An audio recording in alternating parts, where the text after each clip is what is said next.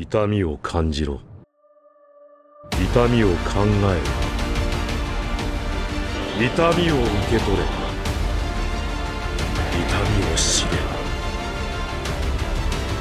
れ。痛みを知らぬ者に本当の平和はわからん。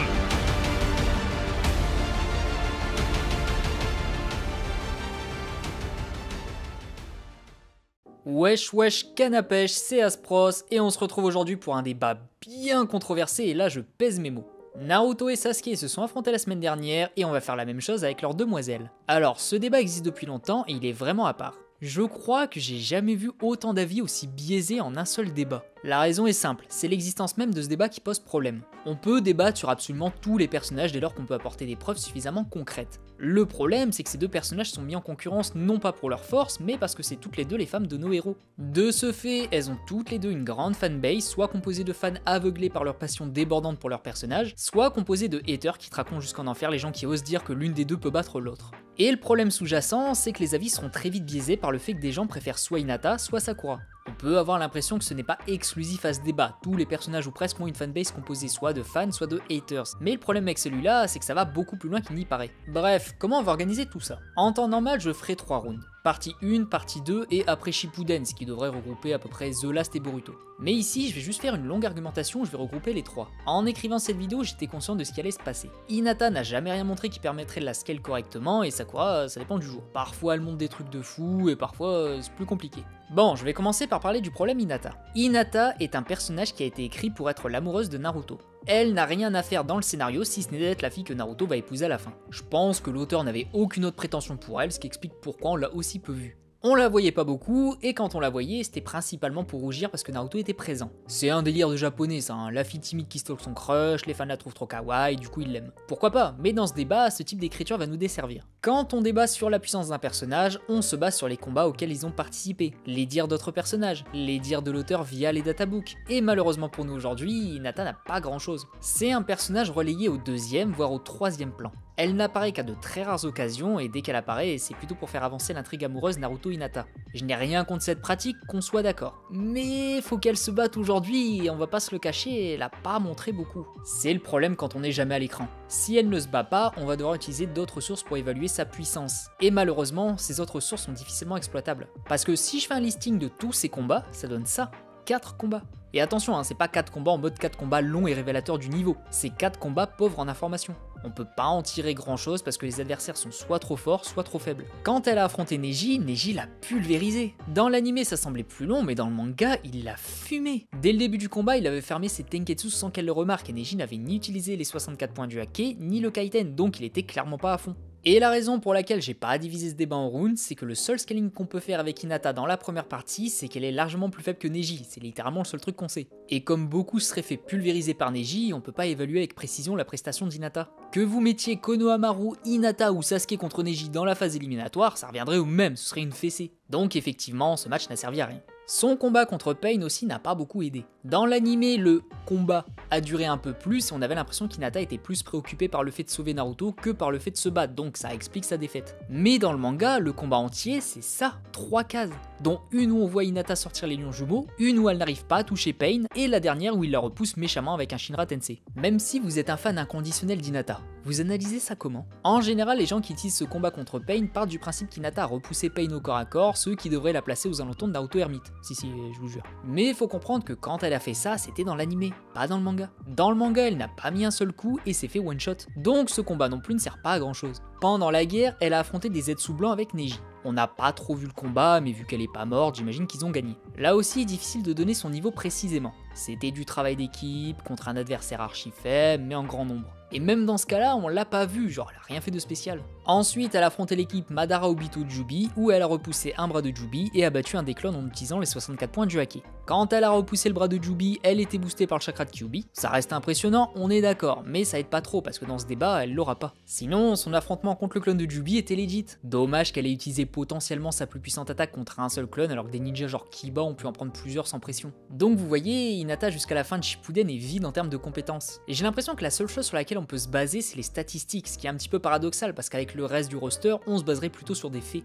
Le problème de ce débat est donc ici, c'est Hinata. Parce que même des feats qui pourraient lui être attribués par défaut ne sont que des spéculations. Genre, vous pensez qu'Hinata peut fermer les Tenketsu d'un adversaire avant la guerre? On sait que la Hinata de Boruto est considérée comme un maître du point souple, donc j'imagine qu'elle peut faire tout ce que les anciens savent faire, genre 64 points du hake, tourbillon divin et bloquer les Tenketsu, mais les Hinata d'avant. Et il y a aussi le problème du taijutsu d'Hinata. Elle a été entraînée à l'art du point souple des Hyuga, qui est la forme de taijutsu la plus forte de Konoha. Moi je veux bien, mais très honnêtement, ça veut rien dire. Utiliser un style de taijutsu plus puissant ne fait pas du personnage qui l'utilise un meilleur combattant au corps à corps qu'un personnage qui utilise un autre style. Il y a la puissance du personnage qui entre en jeu. Imaginez si Hinata avait dû affronter Lee dans les éliminateurs de l'arc Chunin. On est d'accord pour dire qu'Hinata utilise le style de taijutsu le plus fort. Et je pense qu'on est tous à peu près d'accord pour dire que Lee aurait catapulté Hinata sur la planète Namek. Hinata avait l'avantage du style, mais Lee était clairement plus fort niveau taijutsu. Bref, je vais lâcher Hinata et parler un peu de Sakura. Autant dans la première partie, elle a pas beaucoup plus montré qu'Hinata, autant dans Shippuden, là, il y a matière à débattre. Par contre, elle a d'autres problèmes. Déjà, elle est archi détestée par une grosse partie de la communauté, ce qui fait que les avis sont parfois biaisés. Et son autre problème, c'est l'inconstance de sa puissance. Dans son combat contre Sasori, Shio a fait 90% du travail. Par contre, elle a indiqué que Sakura aurait pu gérer seule et était très impressionnée de la performance de Sakura, et elle a même dit que Tsunade a là une bonne élève. Ça, vous voyez, venant d'un ninja légendaire comme Shio, ça en dit long. Mais dans l'arc Pain, elle a même pas tenté d'attaquer Pain. Je pense que c'est surtout un problème d'écriture dans le sens où Sakura s'occupait de sauver la population, mais elle était clairement pas à sa place. Sa place c'était de se faire démolir sur le champ de bataille pour montrer que la Sakura faible qui pleure en appelant Naruto à l'aide est morte. Mais bref. Ensuite, elle s'est fait kicker par Omoi, l'élève de Killer Bee, qui deviendra garde du corps du Raikage par la suite. Beaucoup l'utilisent pour descendre Sakura, mais bon, Omoi c'est pas un bleu. Et Naruto aussi s'est fait taper. Et en plus, elle venait d'apprendre que Sasuke avait fait quelques dingueries à Kumo, donc on peut lui trouver l'excuse du choc mental. L'auteur indiquait que Minato était étourdi pendant la Grande Guerre à cause d'Obito.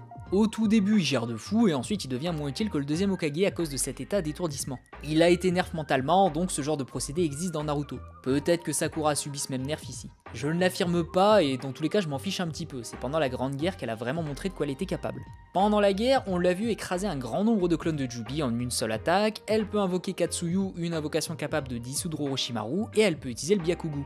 Pour parler un peu de feats, après avoir passé son temps à utiliser son chakra pour soigner tout le monde, après avoir invoqué Katsuyu et utilisé son chakra sur un grand nombre de ninjas, après avoir affronté Madara Rikudo tant bien que mal, après tout ça, elle avait suffisamment de chakra pour aider Obito à ouvrir plusieurs dimensions de Kaguya. Pour rappel, Obito est en train de mourir. En plus, on sait que passer à travers une dimension tape dans les réserves de Kaguya, donc imaginez ouvrir plusieurs dimensions comme ça à la suite sans être un Otsutsuki. Et après ça, Sakura peut esquiver une attaque de la bébête lapine, attaque qui est, selon Naruto, très rapide. Naruto Rikudo niveau vitesse devrait scale dans le très haut du panier, donc s'il dit que c'est rapide, c'est que c'est clairement plus rapide que le commun des ninjas. Bref, Sakura, contrairement à Hinata, a beaucoup d'arguments, mais il y a plusieurs endroits qui minimisent sa force et d'autres endroits qui la scale niveau Naruto et Sasuke, donc c'est un petit peu compliqué. Parce que oui, l'auteur a tenté de nous faire accepter que Sakura était au niveau des deux. Dans le databook, donc une source officielle, l'auteur nous dit qu'elle avait rattrapé les deux. Bon après rattraper c'est une idée un peu floue, on va pas se le cacher. Par exemple, si on compare une limace à Usain Bolt en termes de vitesse, Usain Bolt va la battre. Mais si on rajoute des petits trous sur les côtés de la limace, elle ira plus vite qu'avant. Pas assez pour dépasser Usain Bolt, mais techniquement elle le rattrape. Je pense que l'auteur voulait juste essayer de la mettre au niveau des deux autres mais abandonner très vite. Dans Boruto, c'est indiqué que la seule personne qui peut rivaliser avec Naruto c'est Sasuke, donc Sakura passe à la trappe encore une fois. Bon, maintenant que j'ai fait cette longue explication, on va enfin pouvoir passer au combat. Dans la partie 1, on a trop peu d'indications pour définir un vainqueur de manière sûre. On sait qu'Hinata est beaucoup plus faible que Neji et Sakura est au niveau d'Ino, ce qui est pas beaucoup plus parlant. Je pense qu'Hinata est un peu plus forte malgré les stats. Sakura a de meilleures stats, mais faut comprendre que cette différence est due au Genjutsu, mais cette stat ne servira à rien dans ce combat. Hinata n'a pas de Genjutsu, donc la résistance de Sakura dans ce domaine serait aussi utile qu'un briquet dans l'espace. Le combat irait forcément sur le terrain du Taijutsu vu que Sakura et Hinata ne maîtrisent rien d'autre, et Hinata est la plus compétente des deux. Donc Hinata petite devrait vaincre Sakura petite. Ce serait le combat le moins intéressant vu que Sakura n'a pas grand chose pour vaincre un adversaire quel qu'il soit. Leurs homologues de Shippuden seraient un poil plus intéressants, pas forcément parce que le débat serait serré, mais parce qu'on a déjà un peu plus de matière pour débattre. Parce qu'en vérité, j'ai jamais compris que les gens puissent trouver Hinata plus forte que Sakura dans Shippuden. Que ce soit niveau des compétences ou de la puissance scénaristique, Sakura surclasse Hinata. À la fin de Shippuden, Sakura est une dingue et je vois vraiment pas comment Hinata pourrait la vaincre. Parce que pour vaincre un adversaire, Hinata fait comment? Elle a la possibilité d'utiliser les lions jumeaux, les 64 points du hake, ou de juste fermer les Tenketsu de l'adversaire, ce qui le rendrait inoffensif. Contre Sakura, est-ce que ça va l'aider? Bon, vu que j'ai dit plutôt que Sakura est plus forte, y a pas trop de surprise. Sakura a été entraînée par Tsunade comme un ninja médecin dans la plus pure des traditions. C'est-à-dire que le ninja médecin doit être capable de s'évader de n'importe quoi pendant un combat afin de survivre le plus longtemps possible. Par conséquent, Hinata est spécialisée dans l'attaque et Sakura est très compétente dans l'esquive. Comme je l'ai dit plus tôt, on l'a vu esquiver l'attaque sans échappatoire de Sasori. Dans la Grande Guerre, elle a pu esquiver un des bras de la bébête lapine. Naruto Rikudo a dit que ses bras sont rapides, donc clairement, il devait l'être. Sakura, en esquivant ça alors qu'elle avait utilisé son chakra de 1001 façons différentes, a montré ses incroyables réflexes et sa vitesse. Plus tard, elle a même pu frapper Kaguya qui avait son Byakugan d'activer, donc il ne pouvait pas ne pas l'avoir. Je pense qu'elle l'a surtout sous-estimé, mais force est de constater que Sakura a attaqué Kaguya et que Kaguya n'a pas pu esquiver l'attaque ou la bloquer. Attention, je fais pas partie des gens bizarres qui considèrent que Sakura est plus rapide que Kaguya. Mais le fait qu'elle soit capable de la toucher malgré leurs différences colossales de niveau me semble être un feat plutôt impressionnant. Cette capacité d'évasion devrait s'apparenter à l'agilité, et dans ce domaine, Sakura surclasse Hinata qui est une Hyuga, donc qui a tendance à rester immobile. Et en plus, Sakura est plus rapide qu'Hinata selon le 3ème databook, et vu comment elle a progressé pendant la guerre, cet écart de vitesse se serait creusé. Donc Sakura risquerait d'esquiver une grande partie des attaques d'Hinata. Elle l'a fait avec une attaque de Kaguya, et sauf si quelqu'un est capable de prouver qu'Hinata, malgré son 3 sur 5 en vitesse, attaque aussi vite que Kaguya, alors Sakura devrait être capable d'esquiver les attaques d'Hinata. Et attention, c'est l'instant spéculation. Ce qui va suivre n'est pas un fait, ce n'est qu'une interprétation de comment fonctionnent les Tenketsu. Neji a fermé les Tenketsu de Naruto, ce qui l'a rendu inoffensif. Naruto a pu rouvrir de force ses Tenketsu en utilisant une source de chakra autre que la sienne, donc en utilisant le chakra de Kyuubi. Avoir les Tenketsu fermés ne signifie pas victoire assurée pour l'adversaire. Dans certains cas, même s'ils sont rares, rouvrir les Tenketsu est possible, il faut juste utiliser une réserve autre que la sienne. Là où ça touche notre sujet, c'est que Sakura emmagasine du chakra dans son front et peut le libérer quand elle le souhaite. Le chakra vient de Sakura, mais c'est une réserve qui n'est plus liée à sa réserve de base. Donc concrètement, si Sakura a ses Tenketsu fermés et qu'elle utilise son Byakugu, alors ses Tenketsu pourraient se rouvrir de force, comme ce qui s'est passé avec Naruto. Parce qu'en soi, avoir un Byakugu et avoir un bijou, ça revient au même, c'est du chakra stocké qui peut être utilisé. Bref, je pense que Sakura pourrait rouvrir ses Tenketsu si jamais elle se les fait fermer. Maintenant, dans la situation inverse, Hinata ne pourrait pas se défendre contre Sakura, le style de Sakura écrase celui d'Hinata sans mauvais jeu de mots. Déjà, Hinata peut, en théorie, se défendre des attaques qui viennent sur elle. Par contre, la vitesse est la clé pour vaincre Neji, un Hyuga largement plus compétent qu'elle, donc en étant rapide, j'imagine que ça devrait agir au moins aussi bien.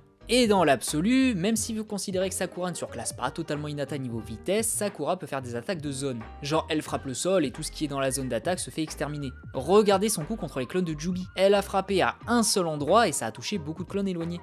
Donc si Sakura frappe le sol sans forcément toucher Hinata, Hinata subira l'attaque. Cette stratégie fonctionne en attaque et en défense. Si Hinata charge Sakura, elle pourrait frapper le sol et annuler son attaque. Et niveau attaque, je l'ai pas encore dit dans cette vidéo, mais un seul coup de Sakura briserait Hinata comme KFC a brisé mon compte en banque. Scénaristiquement, elle est mise au niveau de Naruto et Sasuke. Bon, ça fait débat, mais quand elle a dit qu'elle les avait rattrapés, il s'est passé quoi? Elle a éclaté un grand nombre de clones en 2 attaques, là où Hinata a dû utiliser sa technique la plus puissante pour en battre un.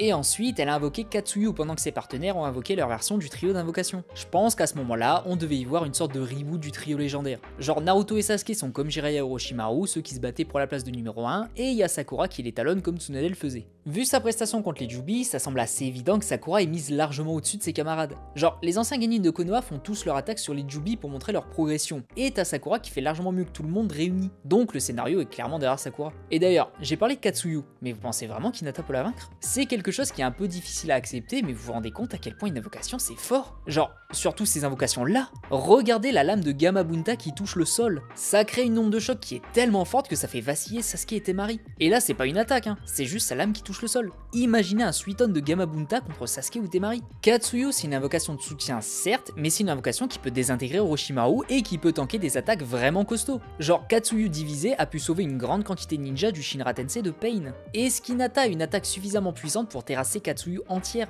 Katsuyu lancerait de l'acide sur Hinata et elle pourrait pas se défendre. Faut comprendre que la différence de taille joue contre Hinata là. Regardez la portée de l'attaque de Gamabunta et Jiraiya. Vu qu'une invocation comme Katsuyu est beaucoup plus grande qu'un humain, la portée de l'attaque serait gigantesque. Et franchement, elle pourrait juste l'écraser, donc clairement rien qu'Hinata pourrait faire contre Katsuyu. Résultat des courses, Sakura blitz Hinata et la one shot. Résultat alternatif, Sakura invoque Katsuyu et part boire un Diabolo Cassis en attendant qu'elle la démonte. Voilà. Après, le résultat est provoqué par deux choses. Le fait que Sakura soit un des persos principaux. Sakura subit un giga power-up pendant la guerre qui devrait la placer au moins au niveau de Tsunade. Genre tout ce que Tsunade fait, Sakura le ferait en mieux. Et sauf si vous considérez qu'Hinata est plus forte que la Kunoichi, la plus forte de l'histoire de Konoha, Sakura devrait prendre Hinata sans aucune difficulté. Ça c'est juste scénaristiquement, genre les compétences c'est encore autre chose et c'est encore à l'avantage de Sakura. L'autre chose qui provoque la défaite d'Hinata, c'est le fait qu'elle n'ait rien fait dans le manga. La seule chose qu'elle a fait c'est se faire botter les fesses par des adversaires 1000 fois trop forts, ou elle a botté les fesses de random, genre Zetsu blanc ou les clones de Jubi. Rien d'autre. Donc clairement on peut pas mettre Hinata dans un débat contre Sakura. Je sais pourquoi elles sont mises en concurrence, c'est les femmes de nos héros, mais c'est pas parce que leurs maris sont rivaux qu'elles doivent le devenir. Hinata n'a rien montré qui pourrait inquiéter ni Sakura, ni Katsuyu, ni même la majorité des anciens genin de Konoha. Hinata est un perso qui n'est pas fait pour le combat, qui est juste fait pour être le sexe intérêt de Naruto et puis c'est tout. Bref, Sakura détruit Hinata. Et là, vous dites sûrement que j'oublie plein de techniques d'Hinata. Mais non, la grande majorité de son arsenal n'est pas canon. Hinata est un personnage qui se bat dans les épisodes filler, donc qui ne sont pas dans le manga, qui sont créés par le studio d'animation. Regardez-les pour le kiff, mais ne les utilisez pas pour débattre, ça ne vient pas de l'auteur. Les versions d'après, c'est genre dans The Last et dans Boruto. Dans The Last, elle n'a rien fait de spécialement intéressant, si ce n'est de se battre quelques instants avec des marionnettes. Le plus intéressant, c'est El Famoso au chakra violet. Beaucoup y voient un boost qui font qu'Hinata écraserait n'importe qui dans le verse. Amura est le frère du Rikudo, donc le fils de Kaguya. Ceux qui possèdent le chakra du Rikudo sont des dieux, donc ceux qui possèdent le chakra d'Amura devraient être pareils. Sauf qu'en vérité, c'est qu'une mauvaise compréhension de ce qui s'est passé. Rien n'indique qu'elle a reçu le chakra d'Amura, genre ils se sont parlé quelques instants et on n'a rien vu qui montre que du chakra a été transmis. Pour détruire le Tensegan, il faut le sang d'Amura et c'est quelque chose qu'elle possède. Elle fait partie du clan descendant d'Amura, donc il y a qu'elle qui pouvait le détruire ici, genre même Naoto ne pouvait pas alors qu'il est 1000 fois plus fort qu'elle. Et là vous allez me dire, et le chakra violet alors? Pourquoi il est violet et pas bleu? Faut comprendre qu'il y a une différence entre manga et animé. Dans l'animé, le chakra il est bleu. Dans le manga, la couleur du chakra est censée être unique. Naruto utilise un Rasengan jaune normalement, pas bleu. Le Rasengan c'est juste du chakra dans la main, donc ça reflète la couleur du chakra de l'utilisateur. Celui de Chisui est vert, celui de Kakashi est blanc. Dans l'animé, ils sont pas cassés la tête, ils ont fait tout le monde en bleu. Mais dans The Last, ils ont rectifié tout ça. Donc Hinata a juste son chakra qui est violet. C'est pas qu'elle a reçu le chakra d'Amura, c'est juste que c'est une de ses descendants, donc elle a hérité d'une partie de son chakra par naissance. Hinata n'est pas niveau Rikudo, n'est pas niveau Toneri, n'est pas niveau Naruto, elle est absolument pas niveau Sakura. Et dans Boruto, elle a carrément lâché sa carrière de ninja pour devenir femme au foyer. Elle n'est pas devenue jonin entre temps et n'a eu qu'un seul combat qu'on n'a même pas vu. Sakura, elle, est devenue archi cheatée et ça on le voit dans le roman. Bon, je vais pas forcément aller plus loin parce que ce serait m'acharner, mais Sakura surclasse Hinata dans tous les sens. Je parlerai un jour de ce roman, mais là c'est trop évident que Sakura détruit Hinata, donc pas besoin de forcer.